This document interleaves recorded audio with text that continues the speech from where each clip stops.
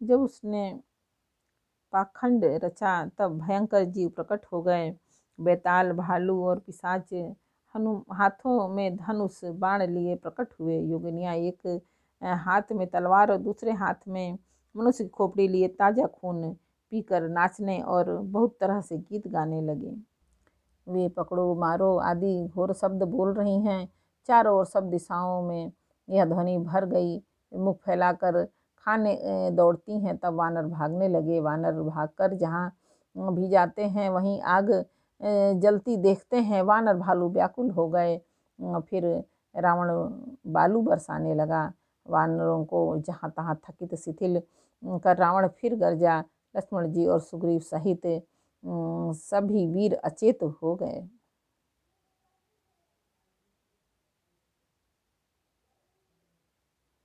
हा राम, हा रघुनाथ पुकारते हुए श्रेष्ठ योद्धा अपने हाथ मलते हैं। इस प्रकार सबका बल तोड़कर रावण ने फिर दूसरी माया रची। उसने बहुत से हनुमान प्रकट किए जो पत्थर लिए दौड़े। उन्होंने चारों ओर दल बनाकर श्री राम जी को जा घेरा।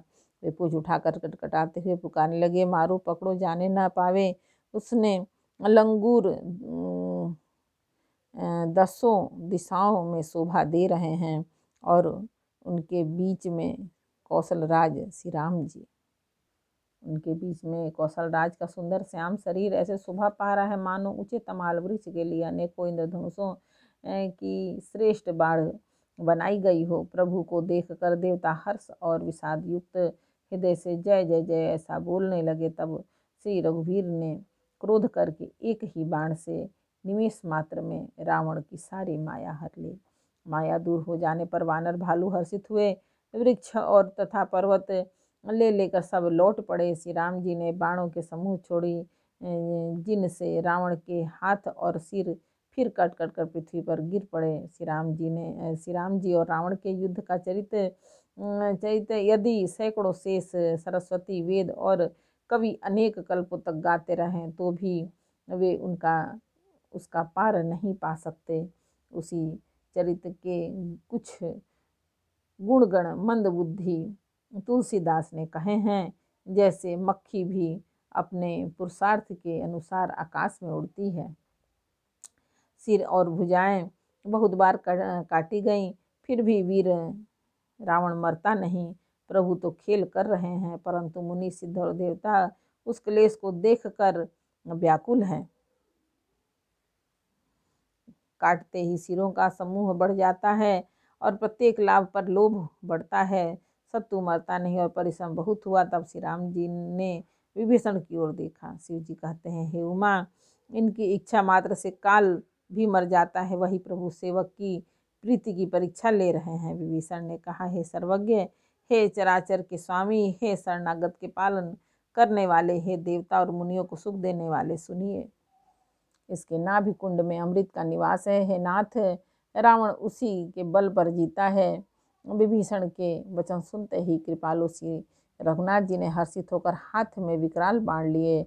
उसी समय नाना प्रकार के अशुगुन होने लगे। बहुत से गधे, सियार, कुत्ते रोने लगे। जगत के दुख को सूचित करने के लिए पक्षी बोलने लगे। आकाश में जहाँ तहाँ केतु प्रकट हो गए। दसों दिशाओं में अत्यंत दाह होने लगा। आग लगने लगी। बिना ही पर्व के सूर्य ग्रहण होने लगा। मंदोदरी का हृदय बहुत कांपने लगा। मूर्तियाँ नेत्र मार्ग से जल बहाने लगी। मूर्तियाँ रोने लगीं। आकाश में वज्रपात होने लगे। अत्यंत प्रचंड वायु बहने लगी।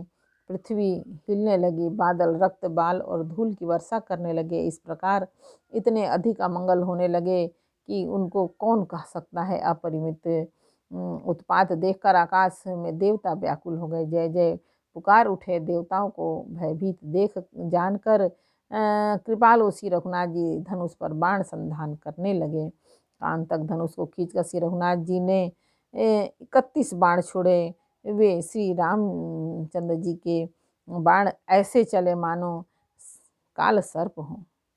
एक बाण से नाभि के अमृत कुंड को सोख लिया। दूसरे 30 बाण कोप करके उसके सिरों और भुजाओं में लगे। बाण सिरों और भुजाओं को लेकर चले। सिरों और भुजाओं से रहित रुंड धड़ पृथ्वी पर नाचने लगा। धड़ प्रचंड वेग से दौड़ता है, जिससे धरती धंसने लगी। तब प्रभु ने बाण मारकर उसके 2 टुकड़े कर दिए। मरते समय रावण बड़े घोर शब्द में गरज कर बोला, राम कहाँ है? मैं ललकार कर उससे युद्ध में मारूं, मैं ललकार कर उनको युद्ध में मारूं। रावण के गिरते ही पृथ्वी हिल गई।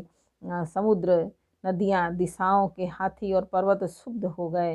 रावण धड़ के दोनों टुकड़ों को फैलाकर भालू और वानरों के समुदाय को दबाता हुआ पृथ्वी पर गिर पड़ा। रावण की भुजाओं और सिरों को मंदोदरी के सामने रखकर राम बाण वहां चले जहां जगदीश्वर श्री राम जी थे। सब बाण जाकर तरकस में प्रवेश कर गए। यह देखकर देवताओं ने नगाड़े बजाए। रावण का तेज प्रभु के मुख में समा गया। यह देखकर शिव जी और ब्रह्मा जी हर्षित हुए। ब्रह्मांड भर में जय जय की ध्वनि भर गई। प्रबल भुजदंड वाले श्री रघुवीर की जय हो। देवता और मुनियों के समूह फूल बरसाते हैं और कहते हैं, कृपालु की जय हो, मुकुंद की जय हो, जय हो।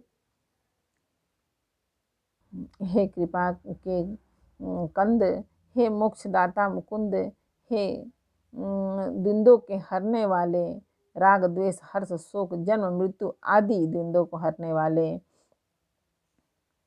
हे शरणागत के सुख देने वाले प्रभु, हे दुष्ट दल को विदीर्ण करने वाले, हे कारणों के भी परम कारण, हे सदा करुणा करने वाले, हे सर्वव्यापक विभो, आपकी जय हो। देवता हर्ष से भरे हुए पुष्प बरसाते हैं। घमाघम नगाड़े बज रहे हैं। रणभूमि में श्री रामचंद्र जी के अंगों ने बहुत से कामदेवों की शोभा प्राप्त की। सिर पर जटाओं का मुकुट है, जिसके बीच बीच में अत्यंत मनोहर पुष्प शोभा दे रहे हैं। मानो नीले पर्वत पर बिजली के समूह सहित नक्षत्र सुशोभित हो रहे हैं। श्री राम जी अपने भुजदंडों से बाण और धनुष फिरा रहे हैं। शरीर पर रुधिर के कण अत्यंत सुंदर लगते हैं। मानो तमाल के वृक्ष पर बहुत सी ललमुनिया चिड़िया अपने महान सुख में मग्न हुई निश्चल बैठी हो।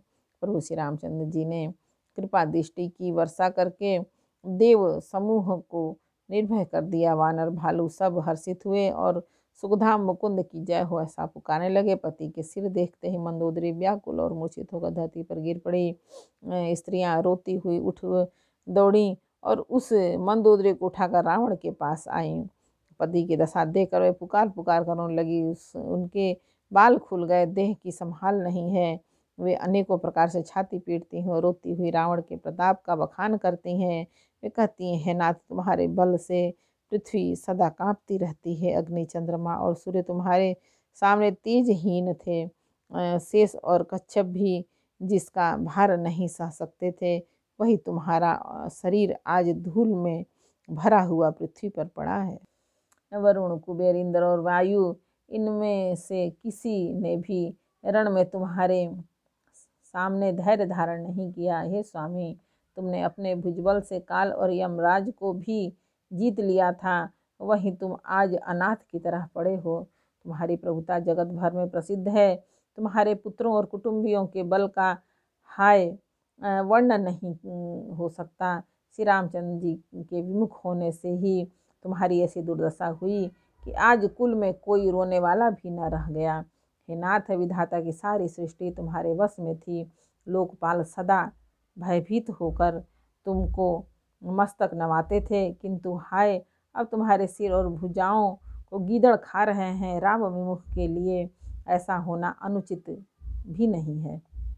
हे पति, काल के पूर्ण वश में होने से तुमने किसी का कहना नहीं माना और चराचर के नाथ परमात्मा को मनुष्य करके जाना। दैत्य रूपी वन को जलाने के लिए अग्नि स्वरूप साक्षात श्री हरि को तुमने मनुष्य करके जाना। शिव और ब्रह्मा आदि देवता जिनको नमस्कार करते हैं, उन करुणामय भगवान को हे प्रीतम तुमने नहीं भजा। तुम्हारा यह शरीर जन्म से ही दूसरों के से द्रोह करने में तत्पर और पाप समूह में रहा। इतने पर भी जिन निर्विकार ब्रह्म श्री राम जी ने तुमको अपना धाम दिया, मैं उनको नमस्कार करती हूँ। नाथ श्री रघुनाथ जी के समान कृपा का समुद्र दूसरा कोई नहीं। जिन भगवान ने तुमको वह गति दी जो योगी समाज को भी दुर्लभ है। मंदोदरी के वचन कानों में सुनकर देवता मुनि और सिद्ध सभी ने सुख माना।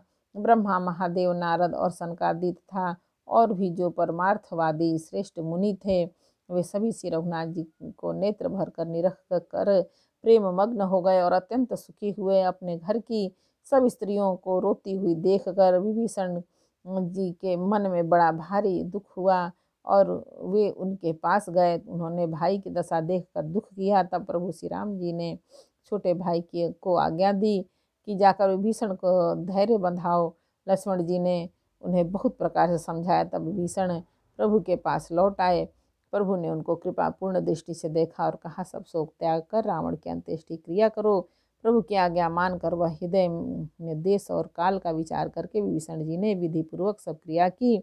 मंदोदरी आदि सब स्त्रियां उसे रावण को तिलांजलि देकर मन में श्री रघुनाथ जी के गुण समूहों का वर्णन करती हुई महल को गई। एक बार बोलो रामायण मैया की जय। लंका कांड का 5 दोहा समर्पयामि। भगवान जय श्री राम जानकी पवन पुत्र जय।